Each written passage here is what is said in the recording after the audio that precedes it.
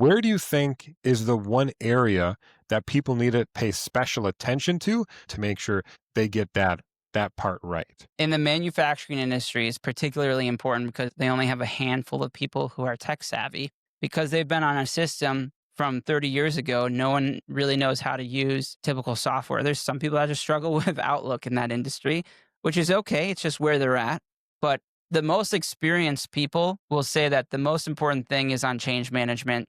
The most inexperienced people will pay no attention to change management, especially in the manufacturing space. So if you are coming to an implementation thinking that nope, change management will be easy, you should question that. Really inquire why you believe that, because when it comes to an ERP environment for manufacturing, varies historically always is one of the hardest to implement. Not because the software processes are hard to set up and configure NetSuite, it's the training and things clicking. I've observed that a lot of clients in that space don't take as much initiative, don't have people that are taking the initiative and really need a lot more hand holding.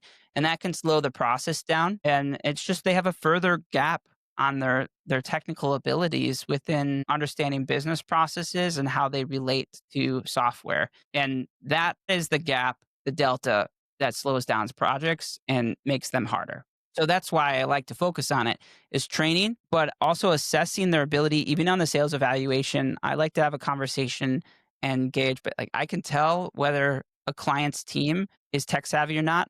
And it's important during an evaluation that I get a sense of their abilities on the call, witness it myself, and I can speak to it more directly for maybe it's the CFO or the CEO, president, whatever that may be, leading the charge. If they're not bringing in key stakeholders across all departments, I can't gauge risk in order for me to be able to guide them on like, hey, going to need a little bit more change management time here.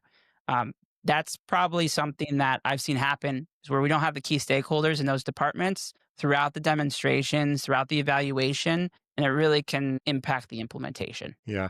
Getting as much buy-in as possible from the internal team, as you're saying, Caleb, can be a critical step in Yeah, managing that like change buy-in is management. a one factor.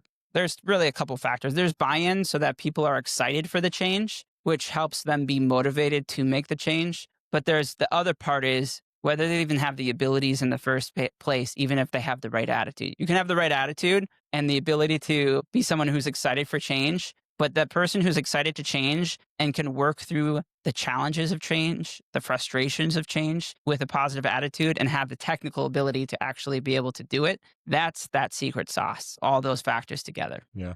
I could see how that's important.